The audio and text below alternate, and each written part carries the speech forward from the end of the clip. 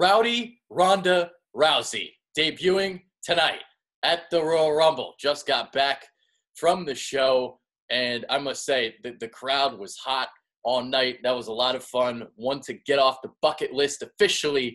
Finally went to a Royal Rumble. So, as you guys know, mostly a Philadelphia sports show here on YouTube. The Bitter Birds do a lot of Eagles stuff, but I'm going to experiment with, WWE tonight. I went to the show. I went to the NXT last night. See how you guys kind of respond. If you guys want me to do some more WWE stuff, shit, I'll do it.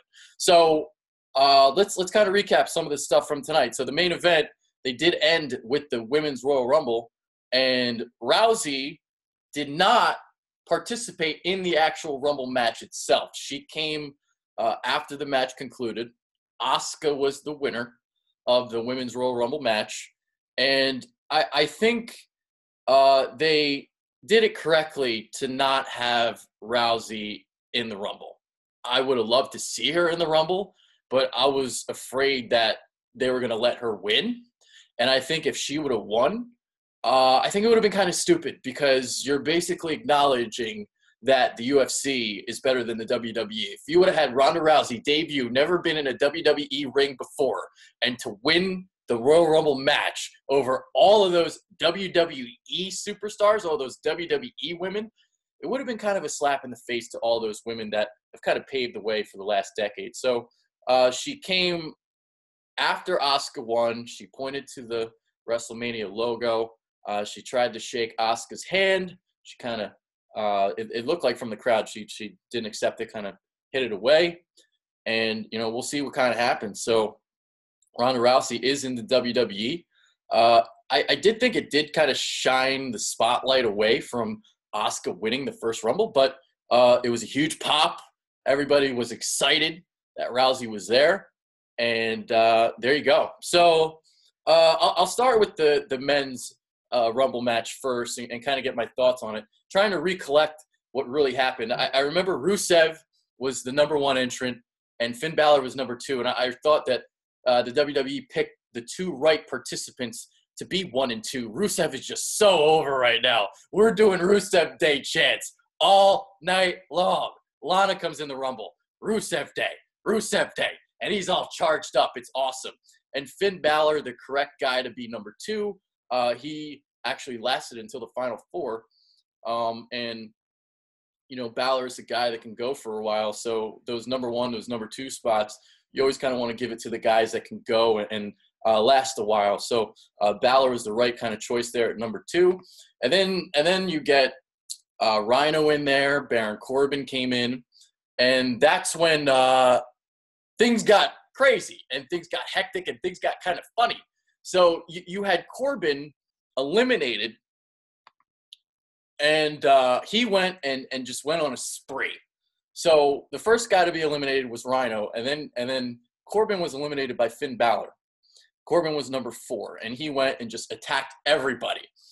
Heath Slater came in at number 5, and it was funny because Corbin attacked everybody, and he also attacked Heath Slater. And Heath Slater wound up being everybody's human punching doll when they came out. Elias was at number 6, and I thought Elias would be actually one of the 1 or 2 entries, because I thought being at number 1 or 2, he could have played his little song, but he actually wound up playing his song as the 6th entrant, because Balor was outside the ring, Rusev was outside the ring, Slater was attacked by Corbin. So that was kind of neat. He did his shtick, his little singing gimmick. We saw Andrade Cien Almas in at 7, and I'll tell you what, that match last night between Almas and Johnny Gargano being there live, that place was on fire. And that was the loudest it was all weekend, was during that Almas Gargano match during NXT TakeOver.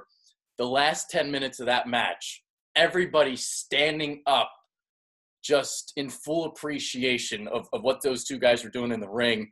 Just an unbelievable match between those two last night. If you guys don't watch NXT, please watch that match. It was amazing. One legitimately one of the best matches I've seen in a very, very long time. So make sure to check that out. We saw Bray Wyatt come out at number 8, Big E at number 9, Sami Zayn actually at number 10, and he attacked Ty Dillinger backstage, and that allowed Zayn to enter the Rumble. Zayn and Kevin Owens were kind of pissed off at what happened earlier in the night. I'll talk about that later. Sheamus in at number 11. So at this point, this is when everybody was picking on Slater. So as each entrant was coming out, you know, they would either punch Slater or kick him, and he wouldn't enter the ring until Sheamus tossed Slater into the ring, and Slater immediately clotheslined Sheamus out of it. So I don't know what they said on the pay-per-view itself. I was there live, so I don't know if they said, you know, maybe Sheamus tied Santino Marella for the record, but he was in there very, very shortly, and that got a huge pop. Xavier Woods in at number 12. Then we had Apollo Crews. Shinsuke Nakamura in at number 14. Obviously, he wound up winning. Cesaro, number 15. 16, Kofi Kingston. So the spot this year with Kofi Kingston. So we all know that he does that, you know, gimmick where he does something crazy at the Rumble every year. And this year, he got tossed over the ropes. I guess he got clotheslined. If I remember correctly, it was Jinder Mahal. Jinder Mahal eliminated both Xavier Woods and Big E prior to Kingston. So I believe, if I remember correctly, if I'm wrong, I'm sorry, but I believe he clotheslined him over the rope, and his right foot, his left foot touched the ground, but his right foot didn't. It was hanging off of Xavier Woods' chest, and then they put a pancake on below the foot, so his right foot did not touch the floor. So that is what he did tonight. Seth Rollins 18, Matt Hardy 19, John Cena at 20, and then we get our first surprise, which was the Hurricane. Hurricane Helms came out at number 21. So that was the one surprise. If you consider Alma's surprise, he was at 7. Aiden English at number 22. 23 was Adam Cole. Adam Cole, baby! Number 23. Randy Orton at number 24. Titus O'Neil, number 25. The Miz, 26. We saw Rey Mysterio looking lean and trim. He comes in at number 27. Everybody was booing Roman Reigns at number 28. Goldust at number 29. Dolph Ziggler comes back at number 30. Now, he came back at number 30, and I thought, you know, all right, you got him coming back. Maybe he's going to be one of the dark horses to potentially win the Royal Rumble. And I thought because they had the match, it was the third match of the night. It didn't close the show. The Rumble has closed the show basically every year. Sometimes, you know, the Rock and Punk match, they closed the show with that a couple years ago. But most of the time, the Royal Rumble men's match closes the show, and it did not tonight. It was the third match of the show. So I thought because of that, all right, maybe we would see a kind of underrated winner this year, an off-the-radar pick. And when Dolph Ziggler came in at number 30, I thought he would last until the end. But he only lasted like a minute and a half, and I didn't like that very much. So you got the guy relinquishing the U.S. title. He doesn't appear on television for the last couple weeks. He comes back for the Royal Rumble, and he only lasts a minute and a half. Don't like that. Didn't like that decision.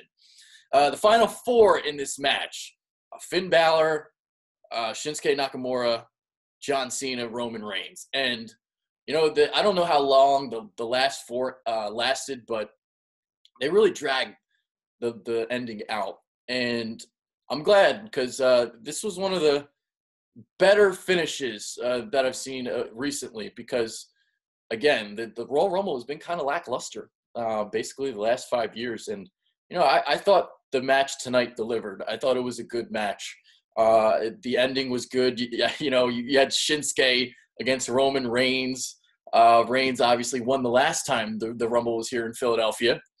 And the place would have burned to the ground if Reigns would have won, but he didn't.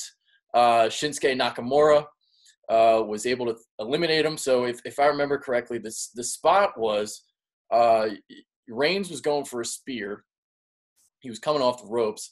And on the other side, you had Nakamura, and he hit him with the Kinshasa as Reigns was going for the spear, and then he eliminated him.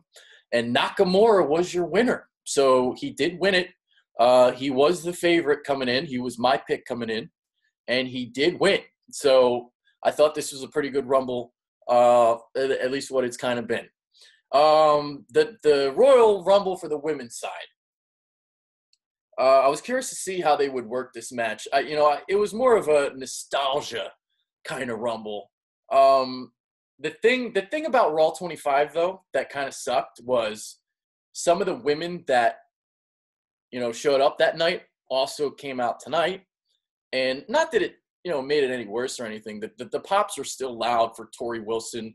We didn't see Lita on Raw. Trish Stratus was at number 30. We saw Jacqueline. We saw Kelly, Beth Phoenix. Who else am I missing? Molly Holly. But I'll tell you what, some of these girls, man, Lita struggled doing the moonsault. Molly Holly almost, botched the Molly go round, but it was cool seeing that spot. Mickie James, and when Trish Stratus, they did the little V thing. If you guys remember, that was WrestleMania 21 between Mickie James and no, that wasn't 21. That was 22 between Mickie James and Trish Stratus. So that was a cool pop. We saw the Bella Twins in that match.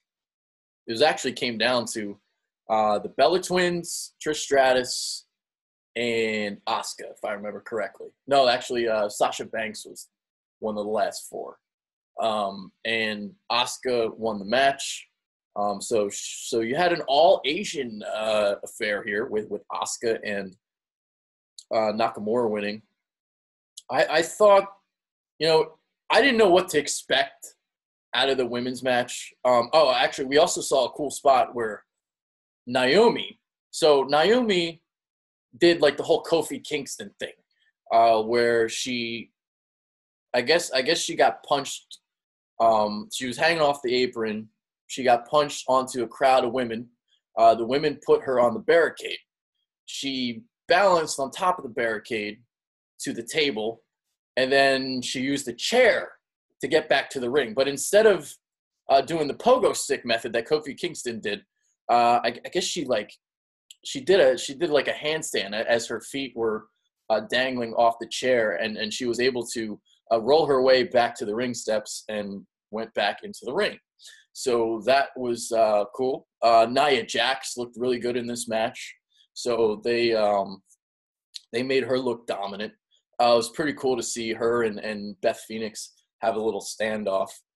So that was cool. The crowd was chanting Ronda Rousey when the number 30 entrant was coming, but I figured it was going to be Trish Stratus since we saw her on Monday. So we did not see Ronda Rousey in the Rumble. And, the selfish part of me wanted to see her in it. But at the same time, if you're looking at it, from another perspective, I don't think having her in it, because if Ronda Rousey was in the Royal Rumble, I felt like you would have had to have her win. And I don't think it's a good decision for her to win. Because, again, I think it shits on the women's division if you have her win. So you come from the UFC, never been in a WWE ring, and you're just winning the first match that you're in. I don't think that's a good call. So there you go. So Asuka wins it. And I'm trying to think of who else was in this thing. I got Tori, right? Tori Wilson. Oh, we saw Michelle McCool. Vicky Guerrero was out there as well. And I think that's it. We saw Ember Moon. We saw Kairi Sane. So I think that's about all the big names. And Asuka did wind up winning. And then after Asuka won, that's when Ronda Rousey came out. So some of the other matches on this show, I thought the Universal title match sucked. I wasn't really a big fan of that. We all knew Kane was taking the pin, and Brock Lesnar F5'd him. We saw, basically the madness that we kind of thought we would see between the monsters. A lot of tables being broken. We had the chairs, all that stuff. Braun Strowman power slammed, I believe, was it was it Brock through the table? We had Brock F5 Braun through a table. He also F5 Kane through a table. But I wasn't interested in this match. I just, wasn't really into it. There you go. The first match of the night was the handicap match between AJ Styles and Kevin Owens and Sami Zayn. So I thought it was really cool the way the first kind of couple minutes went, where you had Owens and Zayn exchanging the tags and basically kind of playing a mental head game with Styles. So that was kind of funny to start. I'm trying to remember how they transitioned into the Blue Thunder Bomb, but that was good. How they did that, I remember that from earlier in the night. The finish saw, I guess AJ countered the pop-up power bomb, and he turned it into a pinning combination. Now, the thing about this was Kevin Owens wasn't the legal man in the match. So I guess Zayn was going for the tag. You had Owens outstretched, Zayn outstretched, but he never quite tagged him because you had the fingers go like this. So after the match, they're both complaining that, Styles shouldn't have won, that Owens wasn't the legal man. So that's how they finished this one. AJ Styles retains. I'd say that this was probably the best non-Royal Rumble match on the show tonight. That's not really saying much, but there you go. Second match was the 2 out of 3 falls for the SmackDown Tag Team titles. Usos against Chad Gable, Shelton Benjamin. All right. So they really didn't they didn't make Gable and Benjamin look good because they didn't even get to a third fall. They lost in 2 falls. And the second fall didn't really come that much longer after the first fall. I thought the action was good, though. I mean, that's what you're going to expect from these two teams, Usos, Chad Gable, Shelton Benjamin. I believe it was Jey Uso who was it Jey Uso or Jey Uso. He's the one that did a pair of splashes. Gable did an awesome moonsault. I thought that was good. There was a point where we saw like 4 super kicks. I believe what was it? Gable got a super kick, Shelton got a super kick, and then they super kicked somebody at the same time. I don't remember who it was. And there you go. I thought it was a good match for the first fall. It was good stuff until the first fall, but the second fall consisted of just like a random roll-up. Jimmy rolled up Benjamin, and that's what got the win. So it really made Gable and Benjamin look bad. I don't know if they're breaking this team up already, because that's what it would seem like if you have this. But, there you go. Shelton Benjamin, I mean, I'd rather see him as a single anyway. So the other match that I didn't give a shit about was this Jason Jordan and Seth Rollins match against the Bar. Jason Jordan was thrown off the apron, hit head first into the ring post, and he basically sold a concussion the entire match. He took a huge nap outside the ring. He was out there forever. You eventually had a point where he came back to the apron. He tags Rollins. He grabs his head as soon as he steps into the ring, tags himself back out, and this led to bro kick by Sheamus, and then you had a double team move, look like a white noise combination, and the Bar is back to being World Tag Team Champions, Raw Tag Team Champions. So this match sucked. I mean, nobody in the crowd cared. This was right after the Rumble, so this was a piss break for a lot of people. After an hour-long Rumble match, everybody was going to the restrooms, and this match stunk. Hated it. Awful. So I thought that was the worst match on the card tonight. What was that match? And I already got into the Universal championship match. So that's my review for the Royal Rumble. If you guys want more wrestling content, if you guys want like pay-per-view reviews, if you guys enjoyed this stuff, let me know and I will do it. So that's what I'll do. Oh, we had pre-show stuff too. I forget what the cruiserweight match was, but you basically had a trio of Mexican jumping beans going against who was it? Who cares? I don't really even remember the cruiserweight match. I just remember Kalisto picking up the win. The second match, we had the Revival against Luke Gallows and Carl Anderson. We saw on Raw on Monday night where the Revival jobbed to DX and the club. So we kind of knew coming in that the Revival would probably get their revenge in this in the pre-show, and they did. They picked up the win. And the other match was a glorious open challenge.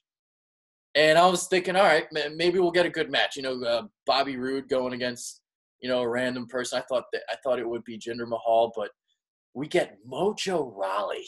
Mojo Rawley was the guy who accepted the challenge, and nobody gave a shit about Mojo Rawley in Philadelphia. He got booed. Nobody cared. Nobody cared about this match. Bobby Roode winds up winning, of course. And there you go. So that is my review of the Royal Rumble. Again, let me know in the comment section if you guys like this. I'll do more of it. Just experimenting here, I guess. So now you guys know I'm a big wrestling fan. And tonight was awesome. I got it off the bucket list. And last night, again, if you guys have not seen NXT, that Andrade Cien Almas versus Johnny Gargano match, 5-star classic, legitimate 5-star match, best match I've seen in a very long time. I did not think that they could follow Aleister Black and Adam Cole. And not only did they follow it, they blew that match out of the water. And that match was amazing too. The Extreme Rules match between those two. And thank God for those last two matches, because the first three on the card, a little bit left to be desired, So there you go. Yeah, the opener was the Authors of Pain against Kyle O'Reilly, Bobby Fish. That match was okay, but I don't know. Maybe I expected more. I don't know. But it was a solid, okay match. It wasn't anything special.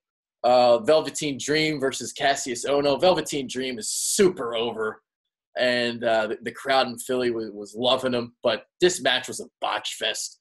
I actually read a report after the show. I don't know whether this is true or not, but I don't think it would be, but who knows. So they said that Ono was like purposely botching spots to make Dream look bad. I don't know if that's true or not, but this match, it was a botch fest. I didn't enjoy it. I didn't think it was very good, but I like the Velveteen Dream, man. He's got that gold dust gimmick, sprinkled in with a little Prince.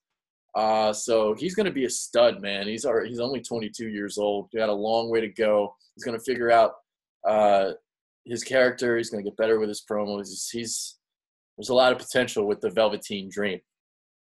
Third match, it was the women's match between Shayna Baszler and Ember Moon. I wasn't really into this match either. Shayna Baszler had Ember Moon in an armbar for about 5 minutes. I remember I told my buddy Jeff, I was like, she's going to counter the armbar and she's going to win. That's how they're going to make it look.